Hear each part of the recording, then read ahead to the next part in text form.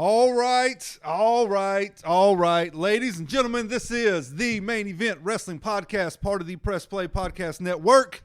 And I am your host, Michael Jernigan, joined by my tag team partner, the little brother, if you will, Mr. Icon, J.M. Patterson. What's happening? Man, you can forget that little brother stuff. I know you got your itinerary set there, what we want to go with. Yep. But first, I want to give a shout out to our man. He followed us on Taking Over back in the day, Brian Ashworth. Okay. I saw Brian Ashworth. He was calling a volleyball game last night doing the lines.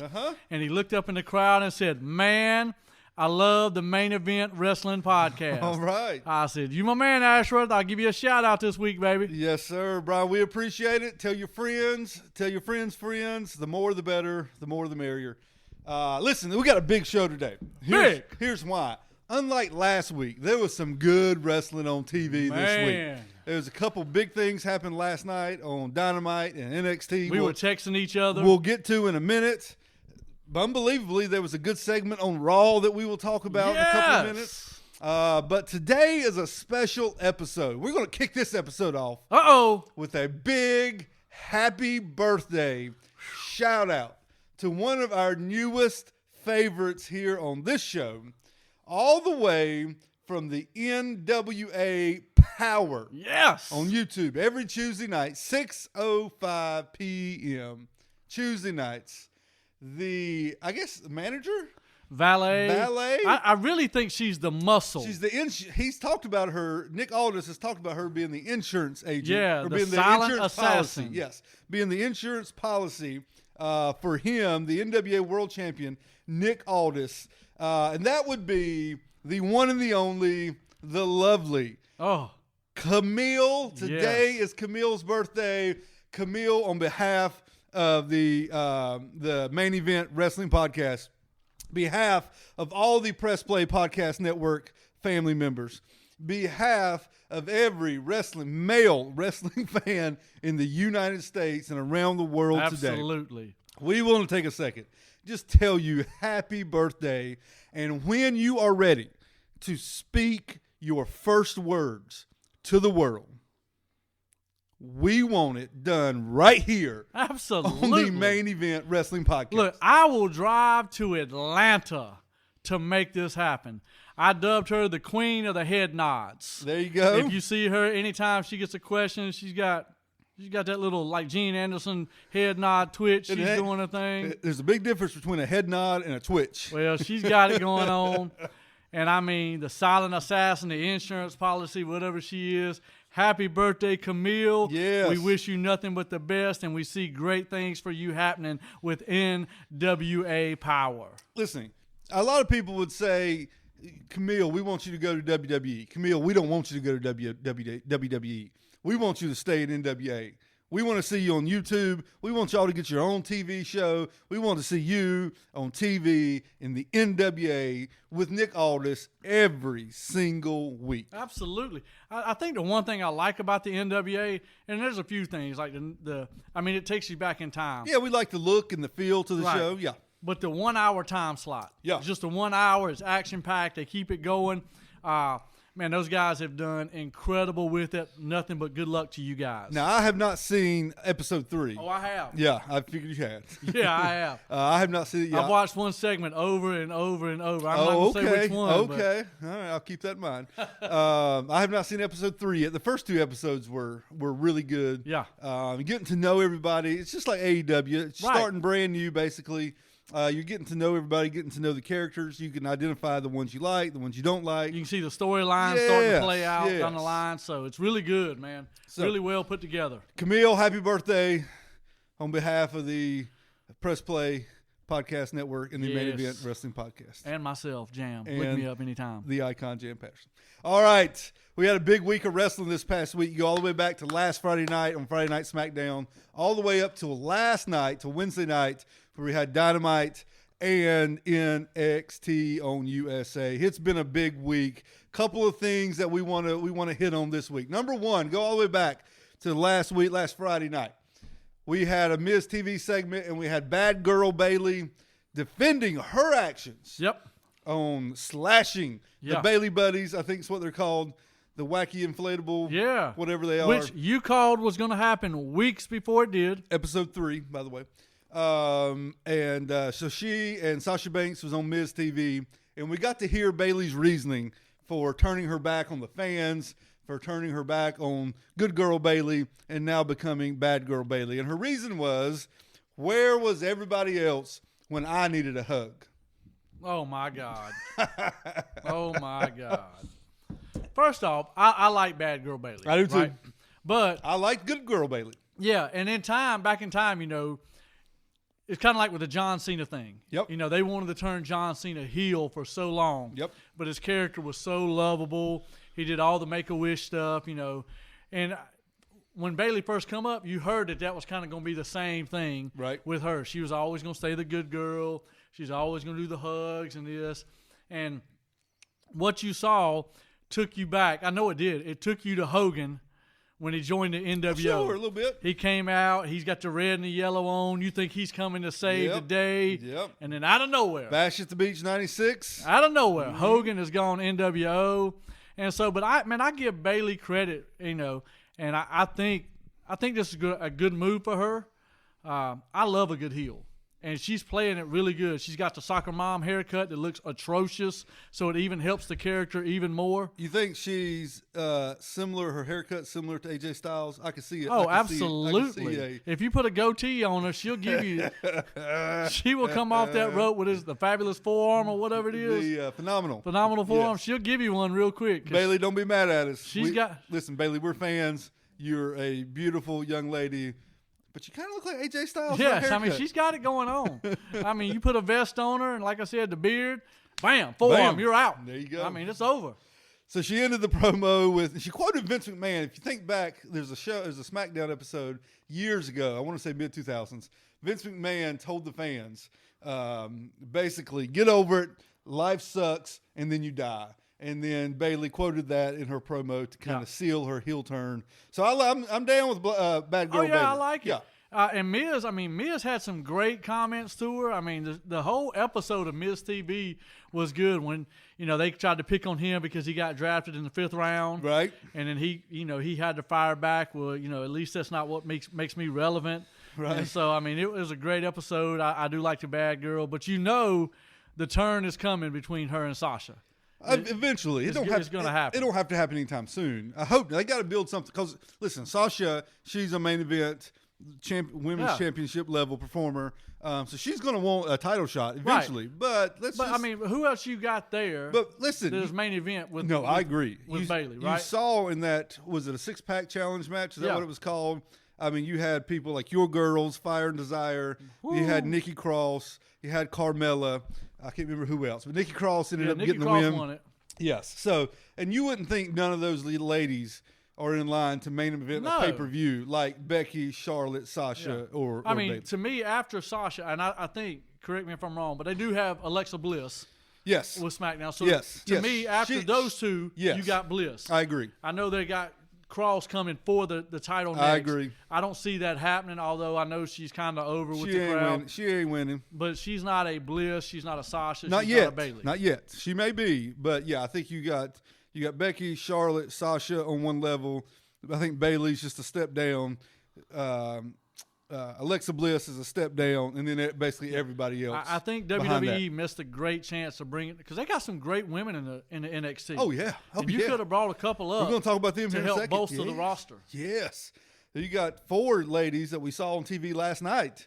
Right, that all of them could be on the main show. So we'll talk about that in a minute. Fast forward. Also on Friday night, you had Roman Reigns and Daniel Bryan once again tag teaming. I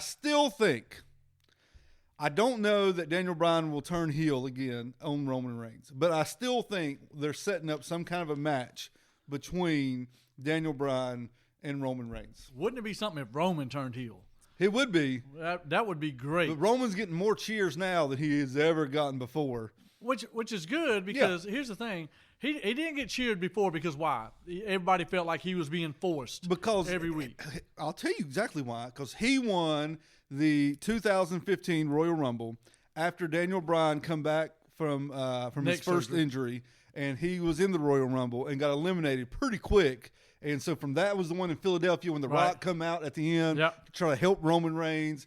Everybody was booing the devil out of that Joker. And because of that, all these years since, there's still boos for Roman Reigns. However, now there's more cheers than what you would normally have in years past for Roman Reigns. So, but I still think they're setting up some kind of a match. Oh, I agree. I don't know if it'll be at the Royal Rumble. I don't think they'll stretch it out to WrestleMania.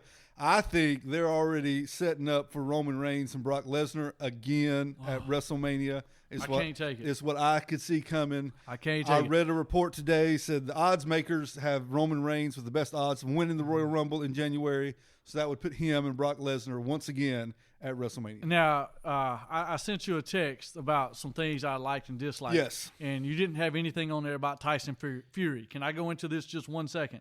Well, we'll save that for the crown jewel. Because it's going to go to Roman Reigns eventually. We'll just hold on. All right, we'll hold off. All right. Then Monday Night Raw. This week's episode was not great, but it was better than last week, which is hard. Not hard to do, I don't think. No. It started off with our main man. Woo! The 16-time world champion kicking off the show. Ric Flair named his final member of Team Flair for the Crown Jewel pay-per-view coming up, which was Drew McIntyre. So we got Team Hogan fully assembled, Team Flair fully assembled, and they will be on tomorrow night on SmackDown. Both of them will be on there. I have a feeling tomorrow night's SmackDown will all be about Crown Jewel. Yeah. Like everything's leading up to Crown Absolutely. Jewel. Yeah. And the thing is, you got to watch it on Fox Sports 1. Remember, it's not on just regular Fox because of the World Series. Because of the World Series. So people who are listening, make sure you go to Fox Sport 1 to check out that episode. Now, Ric Flair had a line. Oh! Ric Flair had a line. Now, I did not see this segment. I've gone back to watch clips, but I have not seen the full thing. Who was this line directed to? It was directed to a fan. Yes, okay. I mean, it was vintage Ric Flair. That's what I thought. There was a fan heckling Flair while he's in the ring. And Flair said... your mama knows me. And so what went on, because I watched this, I mean, you listen to Dave LaGreca on Busted Open, who is phenomenal, by the way. Yep. I did the same thing. I watched Flair's whole intro. He brought out Drew McIntyre. The McIntyre-Ricochet match was great. Yep. And then I went back and rewatched the Flair opening because it was that good. Right. Because, basically they gave Flair a live mic, which is dangerous and good. But good, yes. right? Yeah. Because we know that everything that all these other guys come out is so scripted that you just can't buy it. Yep. Well, here's Flair, and I guarantee you what was said was, go get the crowd hyped. Sure. And so Flair comes out. Kick the show off. Flair comes out. There's some Cleveland Brown football players out there. He's like, where's Baker? Where's Odell? Y'all ain't had a champion since LeBron left town. The best you can do now is the Nature Boy. And, of course, the crowd's getting fired up. And somebody yells to him. He said, I'll come take your girlfriend. And I don't know. You can't hear the guy. And he's like, hey, ask your mama. She knows me. And, I mean, the place erupted. And Classic. It was vintage Flair with just a live mic. And, man, they should have brought him out every hour. Yes. On hour to just get this crowd going. We were talking about the NWA earlier in the studio setting. That's one of the cool things about a small studio show. Yes. You go back and watch some of those JCP shows from back in the day. Like there's 200 people in there. You can hear what everybody says. Right. And Flair responded to what everybody said even if you watch NWA Power now, there is still that interaction that you just love because the fans are investing into it. And that's one of the things that you miss out on having 20,000 people in a show compared to 200 is you miss those comments like Flair, your mama knows who I am. Man, Go it was ask her. golden. So, yes, Ric Flair was on Monday Night Raw. Now, one more thing about Monday Night Raw. We had Bobby Lashley was on a date. Oh, my God. As this should be under the stuff we didn't like or we do like. Bobby Lashley was on a date with Lana at a restaurant in Cleveland. They had a camera there for some reason. I don't know why the TV cameras were there, but they were there. Rusev was in the ring. They popped up on the big screen, started making out. Rusev said, I know exactly where they're at. And so he left. And about 20, 25, 30 minutes later, Rusev found them, and they had a big pull-apart, had a big brawl in the restaurant. All right. Can I give my take? Do tell. One, I'm very jealous of Bobby Lashley. Amen. Because he is with Lana in this. But come on, man. Here's what's got me with Raw right now. One, this whole segment is pure trash. Right? Rusev is better than this segment. Yep. I mean, he really is. I mean, the dude is a top-notch talent. He's worse. I mean, he's so much better than this segment that they got him in. 2, where did Bobby Lashley take Lana? Like you said, where there's a camera. That's right. And there's 4 security guards working in this restaurant. How sketchy of a place is this? Now, I will say, we've been to some sketchy restaurants. Yes, we have. Here in town. Yeah. I ain't going to tell you what town we're in because we ain't calling nobody out. But you bought a taser or a stun gun at one of the restaurants. That's how sketchy. I have yet to see 4 security guards working anywhere. I mean, we got 2 that guard our church, but that's high class, Bill. Yeah, that's but high class. What kind of restaurant is and the security guards look like the guys that you see protecting the mall, right? What are they gonna do? That's high class. I mean, you got Paul Blart. You got 4 of them guarding a restaurant that's got Lana and Bobby Lashley. All right. 2. Here's the thing. 1, that segment, that's Attitude Era, but not done with Attitude Era with it, right? Yeah, I mean, you think of some of the off-site things that you think of Booker T and Stone Cold in the grocery store. But it was good. Yeah. And 2, going along with it, you got the King making his comments that make it even sound like it's from the 90s and the early 2000s. That's what he does. It's so terrible. It's so, I mean, I want good storylines, but I don't want crap either. Yeah. And that's what this episode is. That's what that segment is. Pure crap. How do you feel about Rusev's new look? Just the mustache. I'm cool lost with that. Some weight. Because here's the thing about Rusev. Rusev is a talent. Oh, he's good. Rusev is really good. No question, he's good. I think he looks sick. Really? I don't think he looks good. No, I don't think so. Right. He lost too much weight. Yeah. I mean, he was the Bulgarian brute. Yeah, right? The mustache. I like the full beard or whatever. I mean, they need to let him go back to when he first came in and destroyed people. Yeah. That's him. And then he lost to John Cena at WrestleMania 31 when he rode a tank to the ring. Downhill slide. Yeah. All right, so that was Friday night, Monday night. Let's go to some real good wrestling. I got to be honest. When I got done watching these 2 shows last night, AEW Dynamite and NXT, I was so excited just for wrestling in general. Oh, absolutely. I knew we would have some good stuff to talk about here. I went home and wanted to watch more good wrestling, so I watched the 1992 Royal Rumble last night when Ric Flair won, coming in at number 3. Yes. His performance was amazing. Bobby Heenan and Gorilla Monsoon on commentary was amazing. 2 of the best ever to do it. If you've never seen the 1992 Royal Rumble, do yourself a favor. Pause this podcast.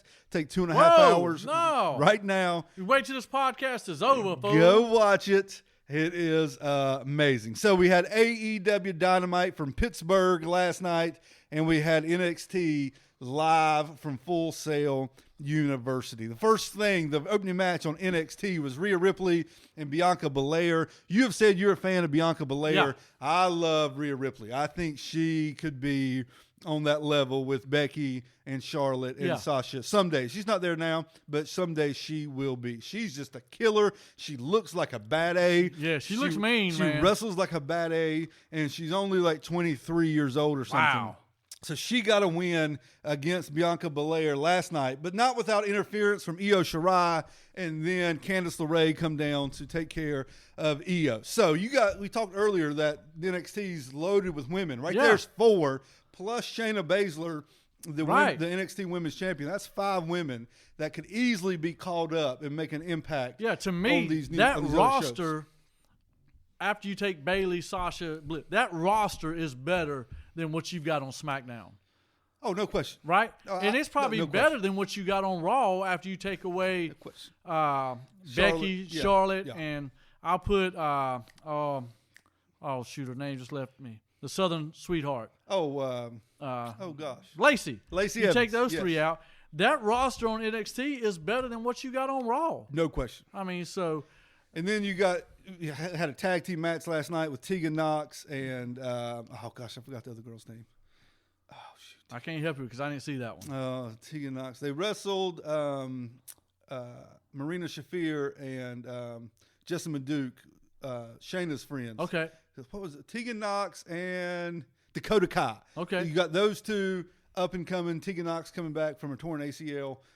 Those two, they're going to get a women's tag team championship match next week on NXT against Kairi Sane and Asuka next week. But listen, you put Asuka in there, Kairi in there, they're in good shape. Great talent. That's a lot they're of talent, in good shape. man. So Rhea Ripley, we love you. We appreciate your work, and you're a bad egg. Absolutely, hands down. The main event on NXT was Keith Lee, Dominik Dijakovic, and Roderick Strong for the North American Championship. And my gosh, was this a match? Man, it's incredible. And let me go and say thank you to Keith Lee.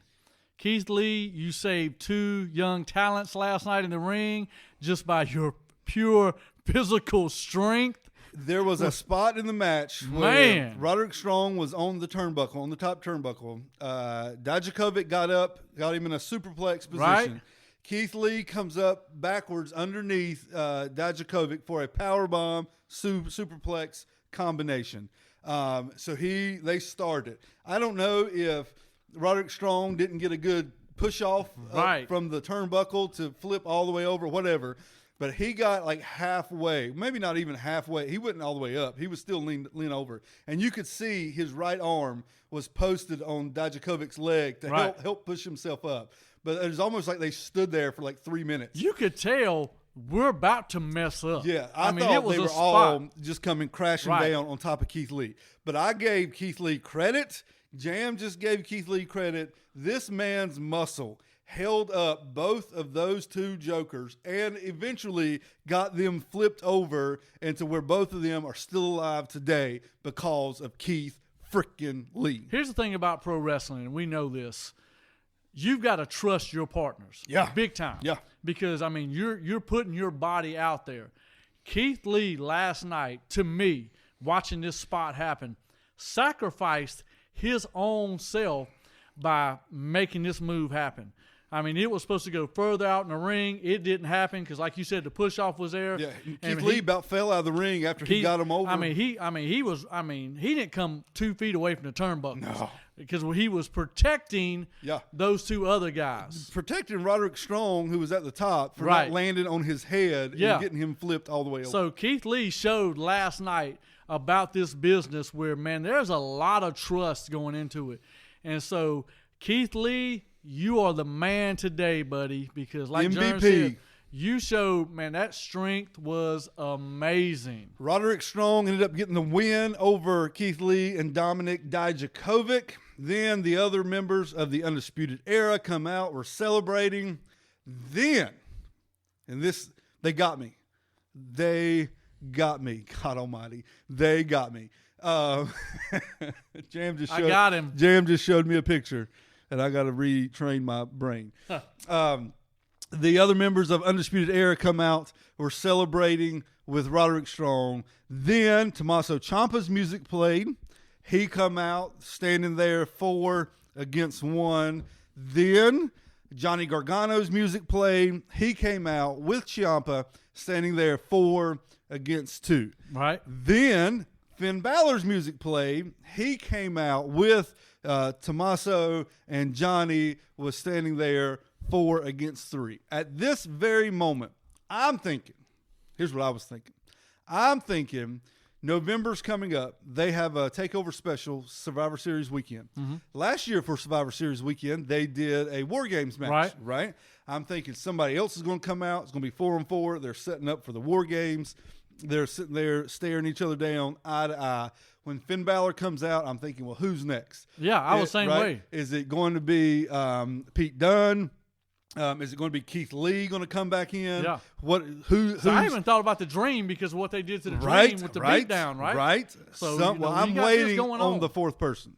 And then you see Tommaso Ciampa kind of take a step towards the Undisputed Era, and I'm thinking, okay, maybe they're just going to throw down 3-on-4. And you see Finn Balor starts to take his jacket off, and then out of nowhere, I'm literally sitting on my couch, and I stand up and say, oh, my God. Finn Balor gives a Pele kick to Johnny Gargano behind him, turning heel and beating up the good guys. And it looks like either he's going to be a part of Undisputed Era or he's just going to be a bad guy on his own, which is unbelievable because you got Finn Balor, who's never been a bad guy in NXT, WWE, and now here he turned his back. See, I don't think me. He turned his back on you turned personally. His back on me. I don't think he's going with the Undisputed Era for this one reason. He didn't give him the sign at the end. And when he first came out, you know, the debut, he came and said, "I am NXT," talking to Adam Cole, right? Yep. So because we first thought when that happened. And then Ciampa we thought a three-way was going to happen, right? Yeah. Down the road. Yep. For the belt. But it doesn't look like that's going to happen. Yep. But could it be somewhere they're going to go back New Japan, which they're thinking, and they're going to surround Balor with his own Balor Club? Maybe. I mean, which would be great. When they separated off last night, they had the Undisputed Era boys taking care of Tommaso, and Balor drop kicked Johnny Gargano through the barricade into some fans. They got knocked out. That was ridiculous. Assuming they were fans. I don't think they were, but that was not ridiculous. Plants. And so was the Brain Buster on the ramp. Yes. Oh, my God. He did a DDT type deal all the way up onto the ramp. It looked really good. I mean, looked amazingly good. I thought it was real, to be honest with you. I said a cuss word. It's still real to me. Yeah. It's still real to me. And so it seemed like they may be separating Tommaso with Adam Cole and then Balor with Johnny Gargano coming up at the next takeover. But I could not believe we had in the past 2 weeks, we've had good girl Bayley turn into bad girl Bayley, and we've had Finn Balor, always been a good guy in WWE, now be bad guy Finn. I like it. Man, it's been a crazy week, crazy couple of weeks in WWE. But NXT was good, man. Yeah, it was. It was a good show. Good NXT right now, to me, is saving WWE programming. Has been for years. So, well, I mean, now on national TV. Yes, yeah, you're right. On AEW Dynamite, listen, there's a couple things we could talk about, but let's get to the main story. We had Cody Rhodes. Time out. I can't go to the main story. Okay, go Did ahead. you see the Lucha Brothers match? I did. There was two moves. I missed like the first 2 minutes, but I saw there's two moves that Ray did, Phoenix, that I stood up and I yelled, "Holy sh!" to my TV. When he ran down the ropes. Oh, my God. Yes. Oh, my God. I was telling them down the road a few minutes ago before I came in. I said, did y'all see? I said, The Undertaker would walk, and he would always balance himself with somebody's arm. This fool ran. I said, my man ran down and then drop kicked my man sitting in the turnbuckles. Yep. Was amazing. And then he got up. He ran up the turnbuckles, jumped up, spun around, boom. Oh, yes. And then did the moonsault off of the top rope onto the floor against Private Party. And I thought, oh, my God. Oh, my God. I think that Ray Phoenix is the best in the world at what he does. Yeah, oh, absolutely. You take that luchador style of wrestling. He is the best in the world at aerial moves, whatever you want to call it. Yeah, he's good. He's good. So, and Private Party's no slack. I like Private Party. That was a good match. That was a great match. That was a good match. But to me, forget the Young Bucks, you forget the Revival, Lucha Brothers are the best tag team on the planet. So we have in the tag team tournament, we have Lucha Brothers winning, going to the finals against. They're going to face SCU. Yes, with Scorpio Sky and. That's another great match. What's my man's name? Who cares? Let's get to the big part we want to talk about. Sorry, boys. All right, so then you had Cody Rhodes come out for an interview with Tony Schiavone. This is the second time in 4 weeks he has come out to do an interview with Tony Schiavone. That gets interrupted by Chris Jericho. Chris Jericho and the Inner Circle boys had a private box that they bought tickets to up in the box. And I knew there was a microphone up there because you could hear them pretty well. Yeah. Then they started blowing air horns. That was the best. When Cody started talking, and you could hear those air horns really well. So I'm thinking there's got to be a microphone in that box. Sure enough, Jericho picks up a microphone, starts talking back and forth with Cody. Poor old Tony Schiavone can't get an interview done for nothing in AEW because of Jericho. So Cody says, listen, we ain't got to talk. I'm coming up there. We can fight right now. Right. So he starts walking up there. Jericho says, look, there's four of us here. Like, you don't want to, you just need to stay there. It's 4-1. Dustin comes out, Gold Dust, whatever you want to call him. Yeah. He comes out. It's 4-2. MJF music plays. He comes out with his scarf, and Jericho had a great line. Did you hear it? Oh, it was so good. Say it. Jericho had a great line. He said, He said he's wearing a scarf. What kind of real man wears a scarf? Or who's scared of anybody that wears a scarf? Right. No one 3 years ago. Jericho was the king That was of his scarf. deal. Yes. So then it's 4-3, and then you hear over the loudspeaker, "Hits me, hits me, hits DDP," and the crowd was on absolute fire for this. Man. It was amazing. They bought into every bit of this, from Jericho interrupting the promo, from Cody's entrance, Cody going up to the box, to Dustin, to MJF, and then DDP at the end. It was amazing. So they go up to the box. Jericho and the boys go into a back room, lock the door, and you see MJF hand Cody his scarf. He wraps it around his hand, punches through the window, unlocks the door. And I tweeted right after that, do not forget, Bill Goldberg tore some and cut up some stuff in his what do you call his wrist and all that? Yeah, but what is it called? Nerves. He damaged some nerves in his hand doing the same thing to a limo outside one night. Yep. Unscripted, he hit that thing a couple times and jacked his hand up. At least Cody had thank God for MJF's scarf. Yeah. That's what I say. He may have saved Cody's career in this one night. Oh, absolutely. And they had a big brawl in the top of the box. So good, man. Out into the walkway in the arena. Jim Ross had a wonderful line that has become a meme and been thousands of pictures online. When Cody put Jericho's head into the Dippin' Dots, Jim Ross said, "Not the Dippin' Dots." So good. Did you see the man with the crutches? Yes. He got knocked down. Yes, he did. One crutch got kicked away. He could not get up. There were people around trying to help him up, but nobody could get him up because I guess he broke his leg or whatever. And at the very end, during the pull apart, Jericho's on the ground holding up his ticket. Yeah. You can see the guy with the crutch sitting beside Jericho, and a security person or a police officer was telling him, just stay there. Yeah. Just stay there. This poor man got caught in the crossfire of Cody Rhodes and Chris Jericho. My thing with that was the very end. If you saw Jericho, he licked the ticket and stuck it on his forehead. I didn't see that. And had his sunglasses on. But the takeaway from me is this, right? Cody Rhodes starts the interview, and you hear the air horns. When I first heard it, I thought it was a fan. Yeah. Because I did. I knew Jericho was in the box because they panned to him a few times. Yep. But I was like, what? Is a fan really doing this? And then the interaction started taking place between Cody and Jericho. But Cody made a line, and everybody said it was a dig towards the WWE, and maybe it was, but it was the correct line. The fourth wall deal. There's no invisible wall between here, like the other company. Yeah, I can come up there. Right. Yeah. Which basically, to me, the invisible wall is this. And I'm just taking it for what I get out of it, right?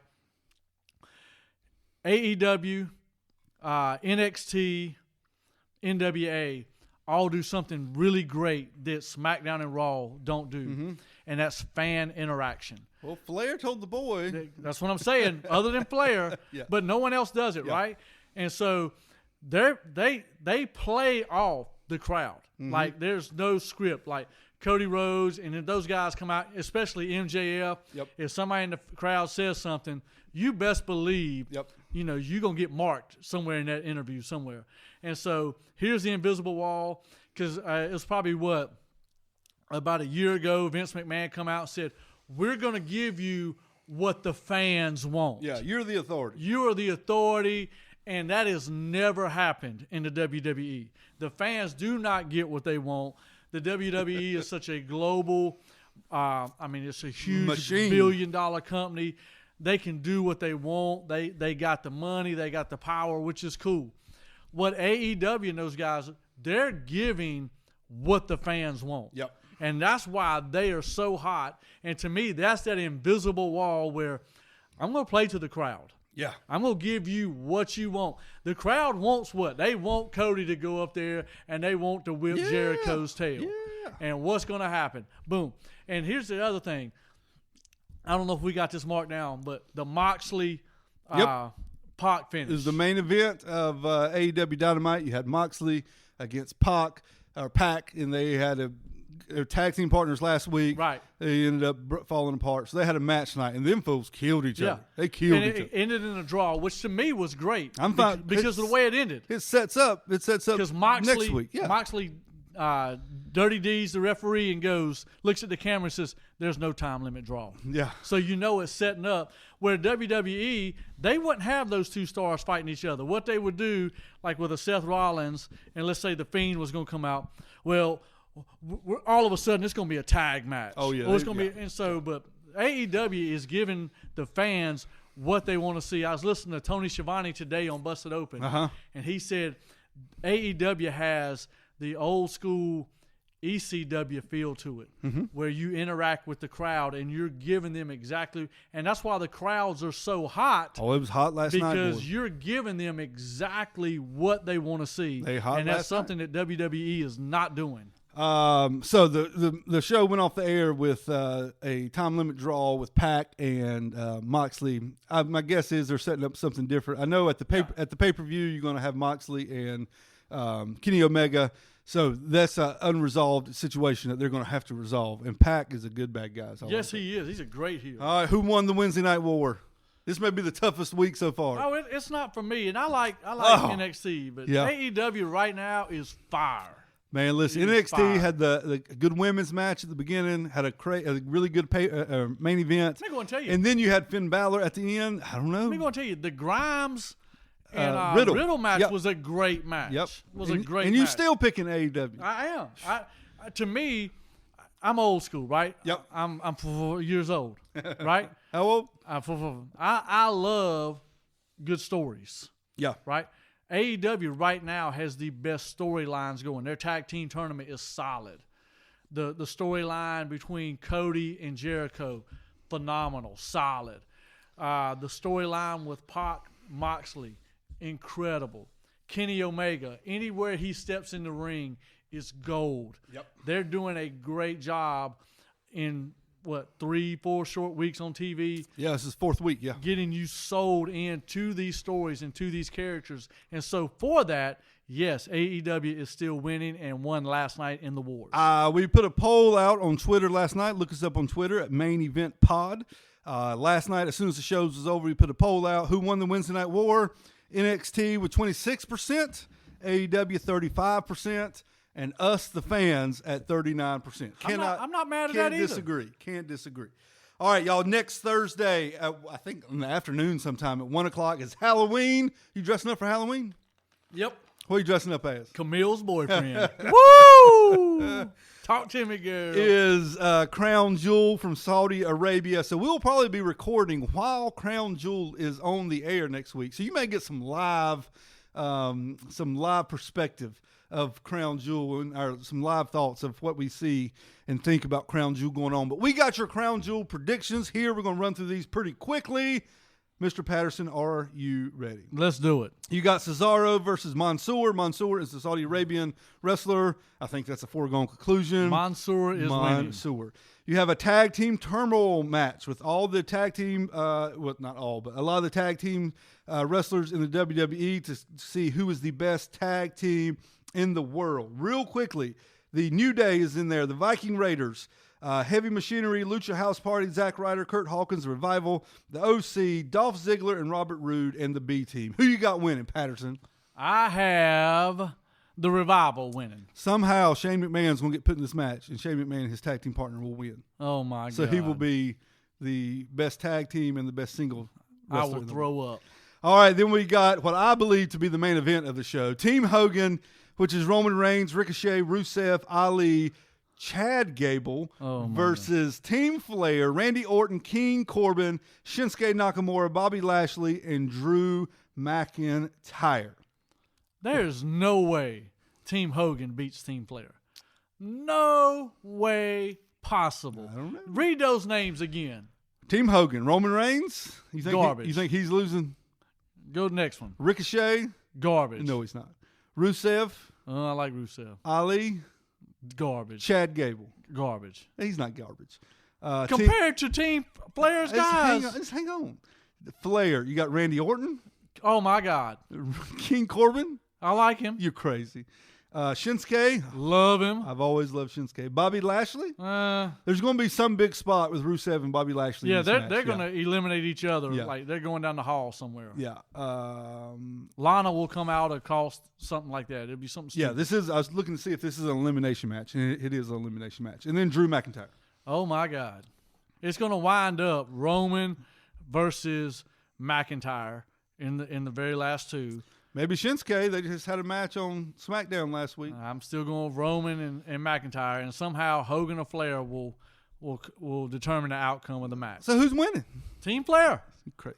You picking Team Hogan over Team Flair? You're not a true Flair fan. I ain't picking. I'm just saying. All right, then we got Braun Strowman against Tyson Fury. You got some issues with Tyson Fury? Let me go and tell you. Let me hear it.